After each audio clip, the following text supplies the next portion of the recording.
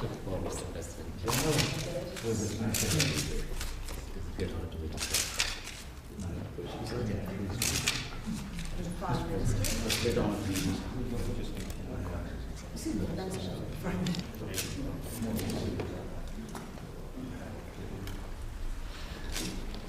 President, let's come in here and people bring up some chairs.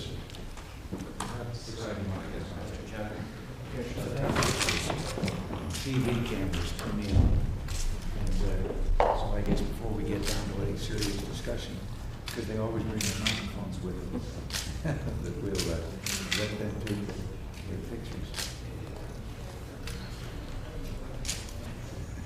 It takes 3 groups to get them in. Last time I met you in New York. Last time I met you in New York.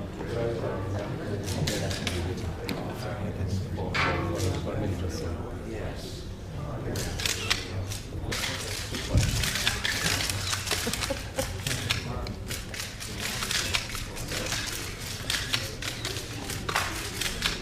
Update on the situation in Grenada as far as the casualty figures are concerned. Do you know of no cases, Mr. President? Do you know of no cases?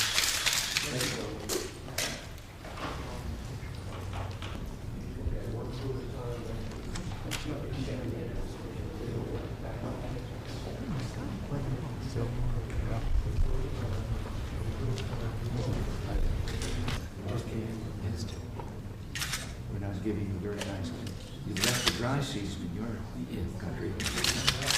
Good rain. Would you have some rain, some drought patches? Having rain after a long time. Your country. Oh, there are parts of it, yes. And we've had a strange mix. We've had some places devastated by floods. Other areas that suffered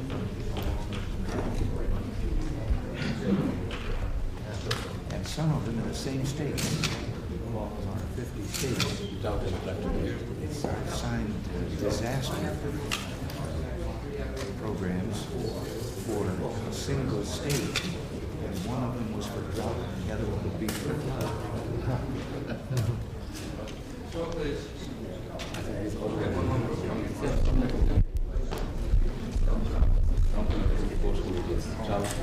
The southern portion is flat.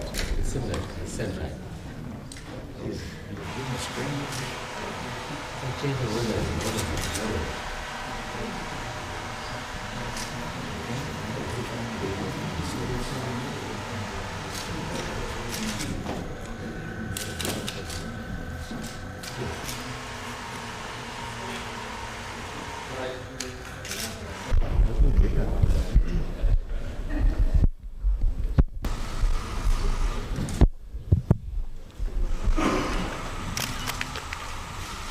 Today, we're honored to welcome Lieutenant General H.M. Ershad, President of the Council of Ministers of Bangladesh. Over the past year and a half, General Ershad's government has taken steps to restore democratic institutions and economic growth to the people of Bangladesh.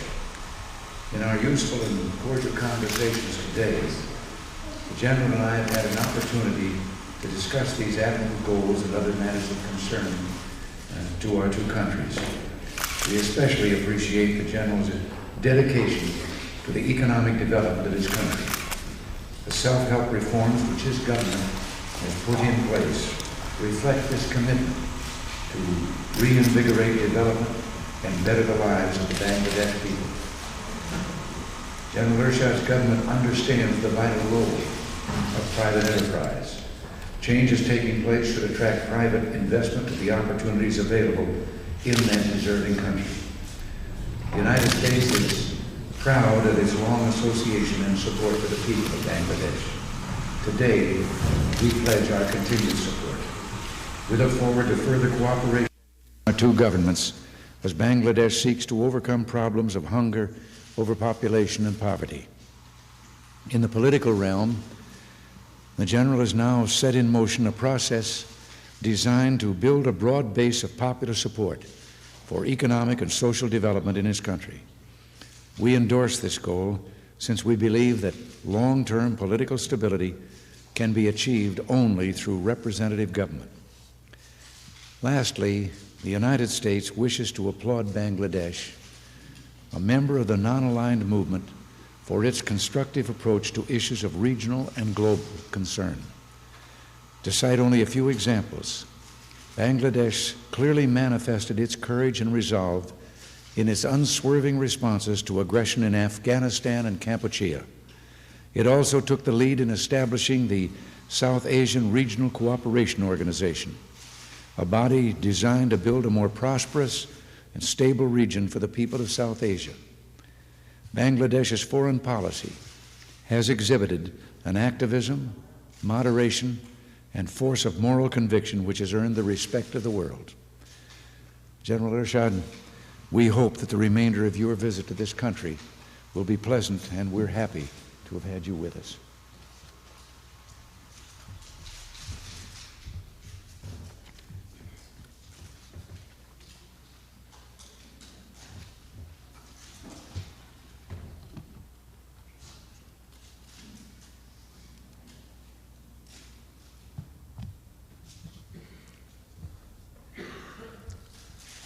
Excellency, President Ronald Reagan, distinguished representative of the United States news media, ladies and gentlemen.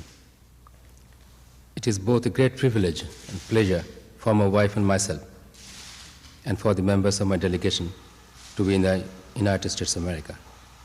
We are grateful to President Ronald Reagan for the thoughtful and cordial invitation which he has kindly extended to us to visit this great country. We bring with us the warm greetings and sincere good wishes of the people of Bangladesh. My meeting with the President was very satisfying, and I thank him for having received me despite his preoccupation at this critical moment.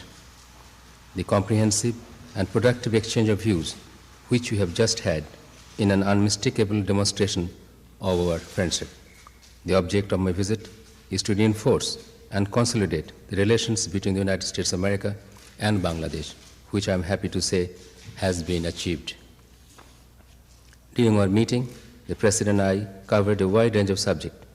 It gives me great pleasure to say that we have had the opportunity of reaffirming our two countries' shared perceptions and close identity of interest in strengthening the process of peace, progress, and prosperity for mankind. I have apprised the President of the intensive development activity which my government has undertaken to improve the quality of life of our 95 million people, a large majority of whom live in rural Bangladesh. I have explained that my government is committed to laying firm political and economic foundations for long-term development and social benefits for our people. We have already undertaken significant measures in the fields of population control, food production, rural unemployment, and energy production.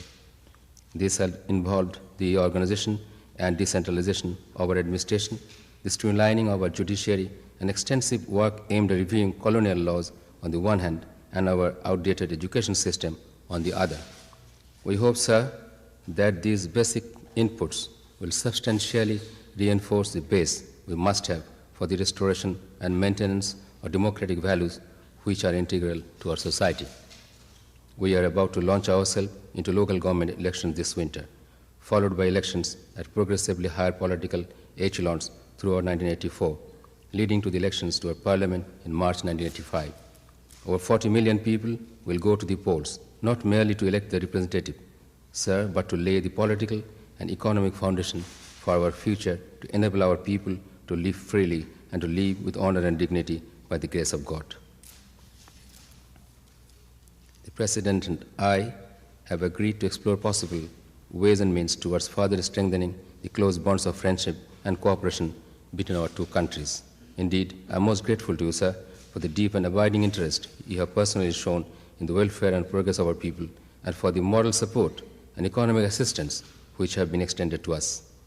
As members of the Organization Islamic Conference, the Non-Aligned Movement, and the Commonwealth, and till recently as chairman of the Group 77, Bangladesh firmly believes that the current international economic situation needs the closest vigilance by the whole community of nations, recognizing that interdependability is indispensable as a way of life in the day and age. The role of the United States is a crucial and critical one in this regard. And it is indeed a matter of great satisfaction that the President and I, in discussing these issues, fully agreed that global peace and stability is closely interlinked with the need to restore confidence in the current economic climate in both developing and developed countries. We in Bangladesh deeply appreciate the important and vital role of the United States in upholding the principles of maintaining peace and stability in the world as enshrined in the Charter of the United Nations, and warmly welcome your recent reassuring statement at the United Nations General Assembly in this regard. I'd like to mention here that I have conveyed to the President our profound sorrows and anguish at the tragic loss of life in the recent events in Beirut. We share your grief, and on behalf of my government and people, I extend our heartfelt condolences to the families of the deceased. My wife and I have been deeply touched by the overwhelming hospitality extended to us and the members of our delegation. Our stay in the U.S. capital, the beautiful city of Washington, though short, has been most pleasant and rewarding.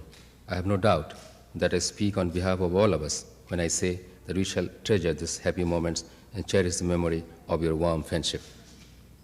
During our meeting, I have extended our most cordial invitation to the President to pay a state visit to Bangladesh as early as is convenient. It is my sincere hope that you will visit our country soon and see for yourself the high esteem in which you are held and the enormous fund of goodwill that exists in Bangladesh for your people. Mr. President, I wish you good health, happiness, long life, and every success. And I thank you, ladies and gentlemen of the media, for your time and patience. Thank you.